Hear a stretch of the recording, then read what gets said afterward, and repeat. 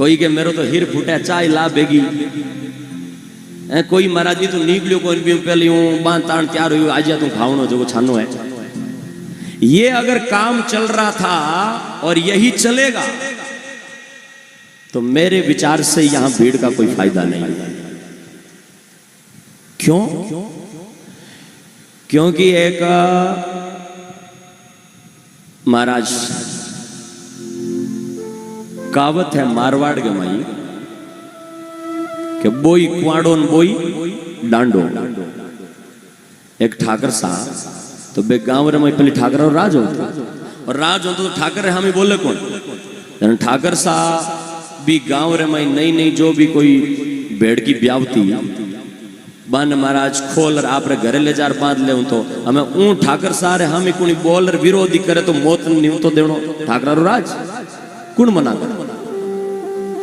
जिके भी घरे बढ़िया गाय दूध देने दी वे बिन वो खोल ले जे और खोल ना आपरे बाड़े में बंदा देगा थारे का ही काम दिया तो ठाकरा बैठे घना लोग आवे बेटे बेटे बेटे।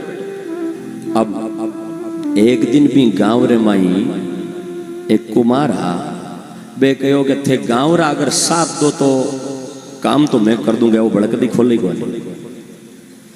तो गांव रा कहो भाई अब हगड़ा तंग आउड़ा ये कर दो।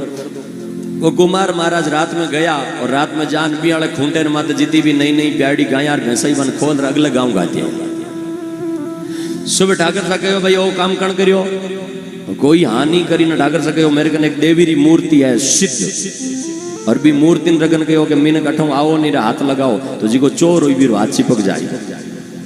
पहली क्या कि चोर ने पकड़ने की तरकीब होया कर दी, चोर की दाढ़ी में तिनका तो फट वो हाथ लगावे पकड़ी जाऊं तो वही चोर है। ठाकर साहब वही काम करियो भाई मूर्ति चोर हुई वो करने आए ना काम पी, लेकिन फिर भी देखे कोई बात नहीं लग जाता है, कई बार सिद्धि होती है। तो सारा गांव निकल गया और सारो गांव निकलने के बाद में भी की हाथ नहीं चिपकियो। ठाकर साहब कहो रे एड़ो कहीं कणी चोरी करी कौन करी, लेकिन कहो गांव पूरो तो आ गयो। बोले गांव पूरो आयो नहीं है, एक पे कुमार जी आया नहीं है। तो बोले बाऊ बात करो, मैंने पूछो भाई थे आया क्यों नहीं? बोले आज तुम्हारे काम हो तो बोले काले आओ जो। बोले ठीक है, सारो गांव फिर आओ जो काले, काल फिर बुलायो। लेकिन रात के मई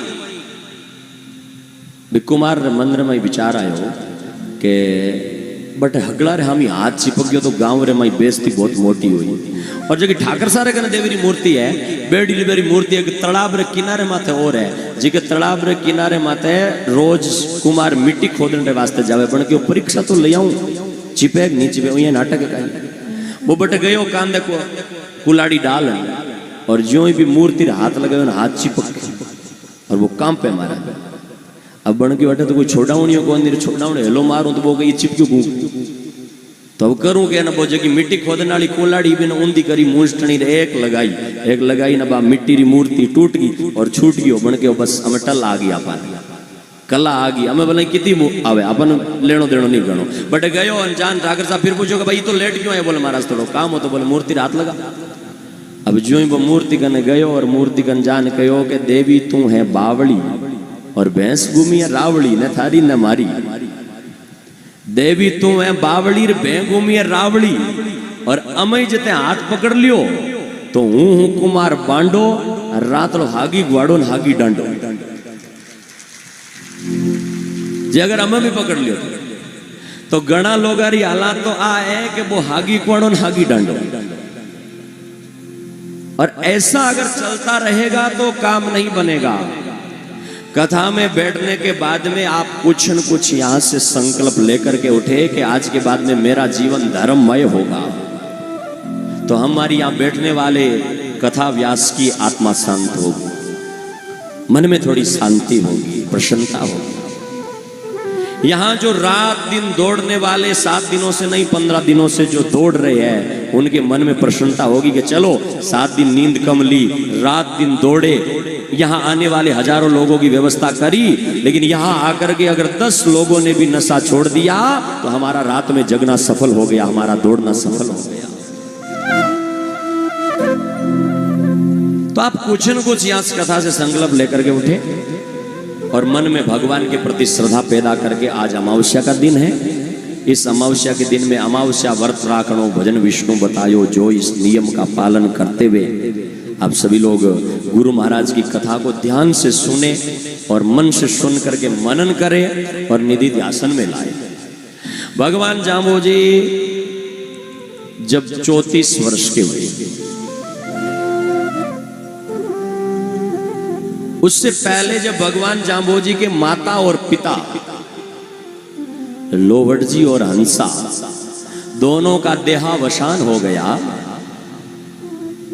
तो वो अपनी जितनी भी संपत्ति थी उस सारी संपत्ति को संभरा करके और स्वयं भगवान जाम्बोजी सम्रातल दौरे पर आकर के विराजमान हो गए।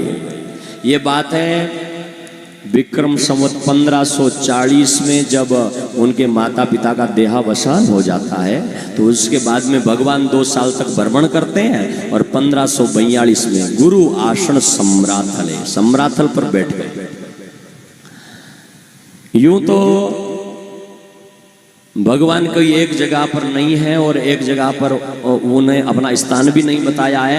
यूं तो भगवान ने कहा है कि मैंने फिर दुनिया परख लियो, सब जगह पर घुमा, थटे बमणिया अरु गुजरात, आसो जाई 1.25 लाख मालवे, पर्वत मांडू माही ज्ञान कथू, खुरासान गढ़ लंगली कंचन अरुदुणायर, फिर दुनिया परख लियो।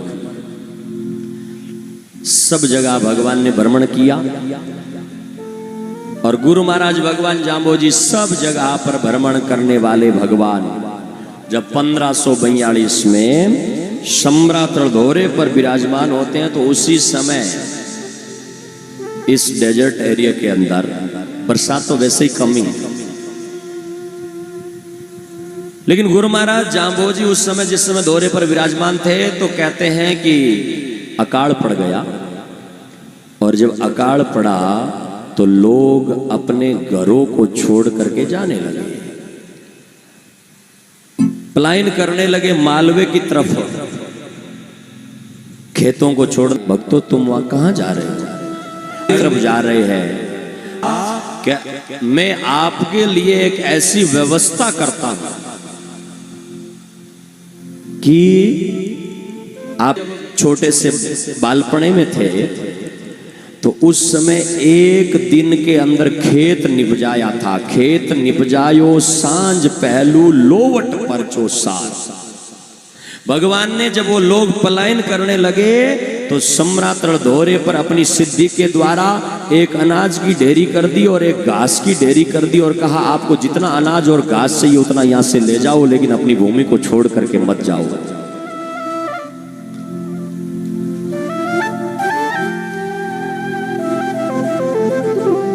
विजयनगर से दिलीप जी सियाग हमारे बीच में पधारे, जोरदार तालियों से उनका स्वागत और अभिनंदन करें। गुरु महाराज ने अनाज की ढेरी करके और कहा आप ले जाओ। सब लोग जो है वो 1 साल तक अनाज ले जाते रहे और अनाज ले जाते वाले में से गुरु महाराज ने कहा जितना आपको चाहिए ना उतना ही ले जाना, ज्यादा मत ले जाना। कुछ लोग ऐसे थे जिन्होंने मन में लालच कर लिया कि घर में लगता तो 5 किलो ही है, लेकिन 25 किलो लेकर के चले जाए। मार्ग में बाहर मरते और जब घर जाकर के तोलते तो 5 किलो ही निकलता। ऐसी भगवान की सिद्धि थी। पूरे महाराज समय तक वो अनाज साल भर देते रहे और देने के बाद में गुरु महाराज भगवान जाम्बोजी ने 1 साल जब पूरा हुआ, तो उसके बाद में खेतों में जब अनाज पैदा हो गया, खेतों में अनाज हुआ, तो लोग अनाज ले लेकर के वापस आने लगे कि महाराज आपने अकाल में अन्न दिया है और अब आप लोग जो हैं यहाँ अपना अनाज वापस ले लो। तब जाम्बोजी ने कहा ये अनाज मैंने वापस लेने के लिए नहीं दिया है, तुम्हारी अकाल में मैंने सहायता करी है। तो कुछ लोगों ने कहा गुरुदेव आप अनाज वापस नहीं लेंगे तो हमारे सिर पर ऋण रह जाएगा, क्योंकि कोई किसी को चीज देता है तो उसका कर्ज तो होता ही है, कर्ज रह जाएगा। भगवान ने कहा तुम्हारे सिर पर कर्ज नहीं रहेगा, मैं तुम्हें 29 नियमों की एक आचार संहिता देता हूं, ध्यान से सुनना।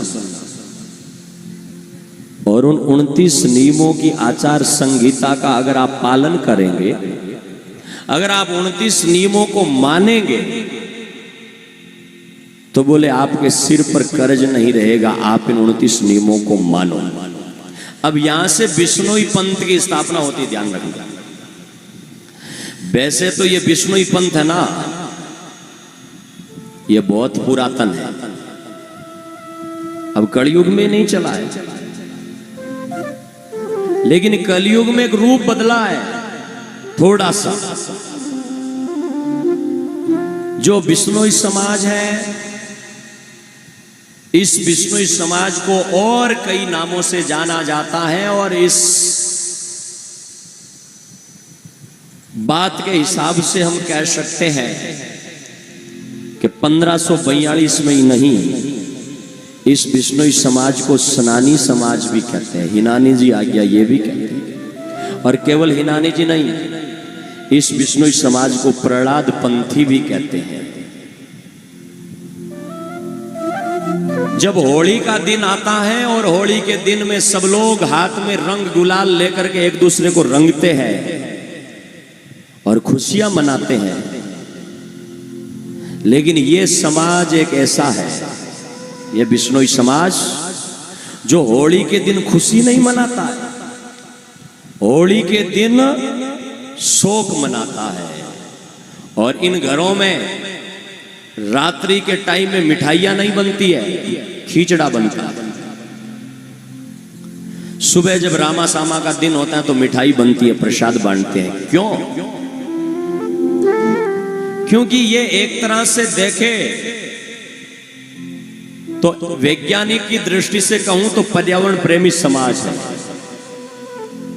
और आध्यात्मिक दृष्टि से कहूं तो प्रहलाद पंथी हैं। और ये समाज बिश्नोई सतयुग से चला आ रहा है, इसलिए प्रहलाद पंथी कहते हैं। तो प्रहलाद पंथी है, इसलिए होली का रात में जब गोदी में प्रहलाद को लेकर के बैठ गई, तो जो प्रहलाद के पंथ के लोग थे ना, उनके मन में बड़ी उदासी हुई कि आज हमारे प्रहलाद को मार दिया गया है, ऐसा मन में विचार हुआ। लेकिन सुबह को मिठाई क्यों बांटते, सुबह को सब क्यों मिलते? क्यों? क्योंकि सुबह के टाइम में जब हिरण्यकशिपु बैठा और बैठ करके मीटिंग करी और कहा कि होलिका को पारितोषिक दो, इनाम दो, होलिका ने रात प्रहलाद को जला दिया, तब सब एक दूसरे के मुंह के सामने जाके बोले होलिका कहाँ है? तभी महाराज होलिका तो पता नहीं जलकर राख हो गई, लेकिन प्रहलाद नाचते हुए हंसते हुए आ रहा था। इस खुशी के अंदर प्रहलाद पंथियों ने खुशियां मनाई और कहा, जाको राखे साइया मार सके ना कोई, बालन बांको कर सके चाहे सब जग बेरी होए। तो ये प्रहलाद पंथी समाज कलयुग में नहीं, सतयुग से चला आ रहा समाज है। और भी शास्त्रों में कई प्रमाण हैं, हमारे साहित्य में, जिसके आधार पर हम कह सकते हैं कि ये सतयुग से चला आ रहा समाज है। पहाड़ बनाते हैं, और इस बिश्नोई समाज का सबसे बड़ा श्रद्धा का केंद्र मंदिर तीर्थ से भी बढ़ करके श्रद्धा, देवालयों से भी बढ़ करके श्रद्धा, ये जो पवित्र समाज बैठा है, इस समाज की पहाड़ में है, पवित्र पहाड़ में श्रद्धा है। भगवान जाम्बोजी ने पहाड़ बनाया, उससे पहले सब लोगों ने कहा कि हमारे सिर पर ऋण रहेगा, आपने जो अनाज दिया है ऋण उतरे कैसे? तब भगवान ने कहा 29 नियम मानो। 29 नियम उन्होंने कहा कि हम, कुछ तो लोग तैयार हो गए मानने के लिए, और कुछ ने कहा कि भाई ऋण रहे तो रहे, लेकिन 29 नियम नहीं मानेंगे। वो लोग दूर हो गए और 29 नियम मानने वालों की जमात तैयार हो गई। लेकिन समस्या यहाँ पर खड़े हो गई कि पहल कौन करे, आगे कौन आए। तब फूलो जी को आगे किया गया। फूलो जी उस टाइम चौधरी थे। फूलो जी को आगे करके कहा कि फूलो जी आप स्वीकार करो इस पंथ को। फूलो जी ने रिश्ते में जैसे एक भतीजे का लीला कर रहे थे भगवान, वहां फूलो जी ने कहा कि मैं तुम्हारी बात को मान तो लूं, लेकिन तुम ही भगवान हो, इसका प्रमाण क्या है? और अगर तुम ही भगवान हो, जाम्बोजी से कह रहे हैं कि अगर तुम ही भगवान हो तो मेरे मन की इच्छा है कि स्वर्ग और नरक भगवान ने बनाए हैं, तो मैं स्वर्ग देखना चाहता हूं। आज दिन तक दुनिया में सुना है कि स्वर्ग होता है लेकिन देखा नहीं है, मैं स्वर्ग देखना चाहता हूं। जाम्बोजी ने पूलोजी को मना कर दिया कि स्वर्ग मृत्यु लोक के आदमी के देखने की और रहने की जगह नहीं है। क्यों महाराज? बोले स्वर्ग इसलिए मृत्यु लोक के प्राणी की जगह नहीं है कि शरीर स्वर्ग में दिव्य शरीर वाले आदमी रहते हैं, देवता रहते हैं। उनके गले में जब माला डाली जाती है तो वो माला के पुष्प जो है वो कुमलाते नहीं है। उन देवताओं के वहां पर भोजन जो होता है ना, वो हमारे जैसे अन्न का अमृत का पान करते हैं, दिव्य भोजन होता है। और उस लोक में, स्वर्ग लोक में, उस स्वर्ग लोक में 8 मास का ये पूतले वाला जो शरीर है जिसमें पसीना आता है, बदबू आती है, रोम रोम में गंदगी भरी है, ये वहां रह नहीं सकता। और अगर रहने के लिए मैं आपको छोड़ भी दूं तो भगवान जाम्बोजी पूलोजी से कह रहे हैं कि वो आपको रहने नहीं देंगे, धकेल देंगे। जैसे मैं आपको एग्जाम्पल के द्वारा बात करूं कि अब आप इतने हजारों की संख्या में बैठे हो और बीच में एक कुत्ता दौड़ते हुए आ जाए, आप उसको बीच में बैठ दोगे? और सूअर जो महाराज झगड़ो तार खोद दे, लंबा लंबा दांतार होवे, वो सूअरियो बीच में आज ये गंदगी में होड़ो और इस बीच में बैठना चाहे, अपन बैठने देंगे? क्योंकि उसकी बदबू हमें आ रही है, हम बैठने नहीं देंगे, उससे नीचे है। ऐसे ही स्वर्ग के जो देवता है ना, वो स्वर्ग के देवता हम लोगों को, जिनके नाक में, आंख में, कान में गंदगी भरी पड़ी है, रात को सो करके उठो तो शरीर से क्या निकलता है? गंदगी गंदगी होती है पूरी शरीर के 9 दरवाजों से। इस शरीर में ये जो हमारा शरीर है बहुत पवित्र मानते हैं, लेकिन ये शरीर पवित्र किसी भी दृष्टि में शास्त्रों में कहा गया है? कैसे कहोगे इसको पवित्र? गंदगी निकलती है, ये तो मल मूत्र का भंडार है। लेकिन ये अच्छा इसलिए है कि इस शरीर के द्वारा मल मूत्र निकलने वाले ये गंदगी के भंडार के शरीर के द्वारा भी अगर आदमी कोई चेत जाए और भगवत भजन भक्ति में लग जाए तो जन्म मृत्यु से मुक्त होकर के परमात्मा के धाम को प्राप्त कर लेता है। ये ताकत है शरीर। बाकी शरीर अच्छा नहीं है। ये शरीर के लिए तो हमारी साखियों में बार बार चेताया है, मिनखा देही पड़े पुराणी। ये मिनक शरीर तो मात्र एक ही काम में लगे तो अच्छा है। बाकी अगर दूसरे सब काम कर रहे हो तो श्रोताओं याद रखना, कौन काम ऐसा है जो मिनक कर सकता है, मिनक के अलावा दूसरे प्राणी कोई नहीं कर सकते हैं, वो श्रेष्ठ है। उसको विशेष बुद्धि कहते हैं। अब ये मिनक खाता है पीता है तो ये तो पशु भी करते हैं, नींद लेता है जागता है तो ये तो पशु भी करते हैं, दौड़ता है ये पशु भी करते हैं, लड़ता है ये पशु भी करते हैं। तो बोले महाराज हम तो परिवार पालते हैं, परिवार तो पशु भी पालते हैं, नहीं पालते? मोर अपने मोर के बच्चों को, मोरनी के बच्चों को पालता है, गाय अपने बच्चे को पालती है। अरे कई कई तो ऐसे होते हैं कि उनके बछड़े के पास में चले जाओ तो मार देते हैं। मोर का छोटा सा बच्चा, उसके पास में जाना पता चल जाएगा क्या होता है। चिड़िया अपने बच्चों को पालती है, सांप अपने बच्चों को पालता है। तो केवल परिवार पाल लेना भी मिनक जन्म का उद्देश्य नहीं है। हाँ में पालना है, अच्छे ढंग से पालना है, लेकिन यही परम उद्देश्य नहीं है। मिनक की सुंदरता कहां है? मिनक अगर दौड़ता है तो मिनक से तेज दौड़ने वाले भी बहुत बैठे हैं। मिनक तेज दौड़ते हैं तो लोग कहते हैं कि घोड़े जो दौड़े। मिनक की अगर आंखें सुंदर हो, आंखें बहुत बढ़िया हो और दिखने में बहुत सुंदर दिख रही हो आंखें, तो उपमा किससे करी जाती है कि फलाने री आंखें इतनी सुंदर है जाने कोई मृग रही है, मृग नयन। किसी आदमी की अगर सूंघने की शक्ति तेज हो तो हमारी और तुम्हारी तो सूंघने की शक्ति क्या होगी? कीड़ी की कितनी तेज होती है सूंघने की शक्ति। तो मेनक फिर तेज किसमें हुआ? बोले मेनक शरीर रूप में तो शरीर की दृष्टि से देखे तो जमीन रे माथे आपा हगड़ाऊ छोटा जीव, यूं तो बहुत छोटा जीव है, लेकिन कीड़ी ने हगड़ाऊ छोटो माने के कीड़ी से लेकर के हाथी तक ये 1000 जगह पर उदाहरण मिलता है। और वो बड़ेकड़ी अगर कीड़ी वेपा भी खा जाए तो मिनक री नींद उड़ा दे।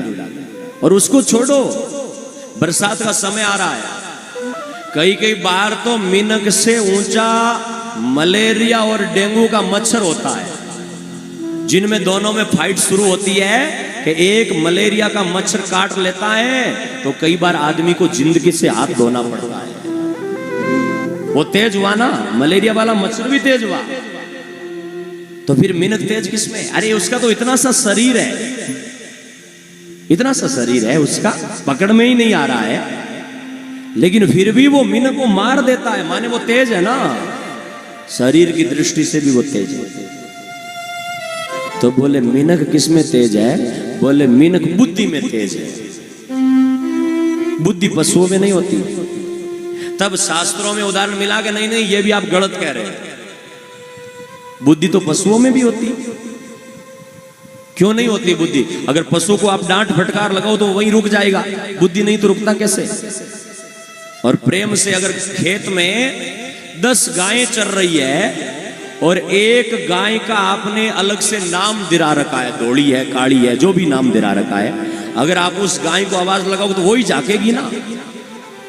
बुद्धि नहीं है तो फिर वो झांकती कैसे? बुद्धि तो उसमें है। बुद्धि उसमें ऐसी भी है कि अगर तावड़ो तप रहे हुआ गणो तो पशु अगर खूंटों बांधड़ो नहीं है तो वो अपने आप छाया में जान बैठ जाता है। ये भी बुद्धि है ना। अगर घर में पशु को बांध दिया और समय पर आपने गाय को भैंस को नीरा चारा नहीं डाला तो वो आवाज लगाने लग जाती है। बुद्धि तो है ना। बुद्धि तो उसमें है कि नीरे बटेरी टेम आवे वो कुंडो बाजे है जिन्हें गाय तोड़ाऊं लाग जाए। बुद्धि तो भी में है भैया, मैं बाज की घंटी, बुद्धि तो है उसमें, लेकिन उसको कहते हैं सामान्य बुद्धि। 2 तरह की बुद्धि होती है शास्त्रों के अनुसार, एक सामान्य बुद्धि और एक विशेष बुद्धि। तो सामान्य बुद्धि वाले जो लोग हैं, मिनकों में भी कई मिनकों में सामान्य बुद्धि ही होती है, और सामान्य बुद्धि वाले कभी कोई बड़ा काम नहीं कर पाते हैं। सामान्य बुद्धि वाले कभी धर्म का पालन नहीं कर पाते हैं, और सामान्य बुद्धि वाले कभी परिवार का अच्छे ढंग से सामंजस्य नहीं बिठा पाते हैं, समाज में एकता नहीं बना पाते हैं, क्योंकि उनमें सामान्य बुद्धि। लेकिन विशेष बुद्धि जो होती है ना, वो मानव महामानव होता है। और विशेष बुद्धि किसे कहते हैं? विशेष बुद्धि उसे कहते हैं कि जिसके पास में विवेक हो, किस समय क्या करना चाहिए और किस समय क्या बोलना चाहिए। अरे ये मानव शरीर है ना, इस मानव शरीर को प्राप्त करके और व्यक्ति जो है वो व्यक्ति बोलना तो सीख जाता है। बोलना एक सामान्य बुद्धि का काम है। माँ ने माँ कही, पिता ने पितो कही, पिता कही, थाली ने थाली कही, लोटन ने लोटो कही, ये सामान्य बुद्धि है, कुछ भी नहीं है। लेकिन बोलना क्या चाहिए और किसके सामने कैसे बोलना चाहिए, ये जिसको आ गया ना, वो विशेष बुद्धि का काम कर रहा है। वो धर्म का पालन कर पाता है जो विशेष बुद्धि का आदमी होता है।